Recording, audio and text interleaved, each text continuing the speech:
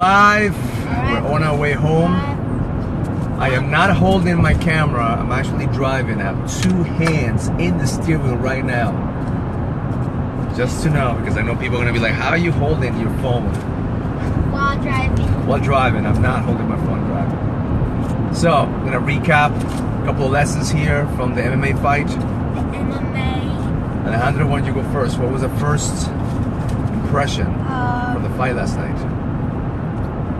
What I got out of it is that in the fight I thought it was all going to be strength, but it's actually like all strategy but they weren't using that. They were just like thinking it was all strength. You know, when we look at fighting on TV and we experience it live, like the difference is to see the intensity on the fighters before they go into the ring, the intensity they have as they step into the ring. That's when you know that it's not all about the strength. It's about the strategy. How are you gonna show up? I mean, that's with life. You know, it's not about how smart you are, how handsome you are, how educated you are. Is what is your strategy in any situation? Yep. That's lesson number one. Lesson number two. Like one of the things that I got, lesson number two, for me personally, was that, you know, life, I believe there's certain times in life that you have to tap into that part of yourself that is going to live or die. Like there's certain times in my life that I'm just going in and I know that I'm going in there and there's no way I'm going to fail. And I saw that in some of the fighters who went there full of confidence and certainty. They went in there and they had that killer look, right? Yeah. They had that killer energy about them. And then the opponent was scared. That's why he always won. And like, if you have confidence in yourself, you like don't have too much confidence, because there was one of the guys that had way too much confidence, didn't use enough strategy, got punched in the face. So one thing is, you have to have confidence going in, but don't believe in your own confidence, because you will get punched in the face. There was a guy, remember that guy who got kicked in the face? He was winning the fight. He was confident he was going to win it, and then he got kicked in the face, lost the fight because he was too overconfident. Yep. So that's number two, second lesson. My lesson for my second lesson was that, like, I felt like you had to get punched in the face for like the first 2 rounds, so it didn't hurt as much.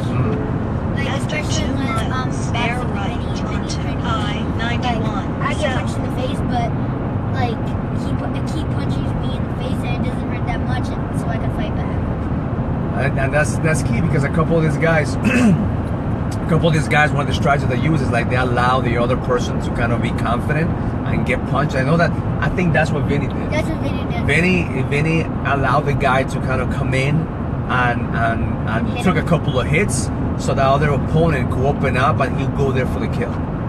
Yep.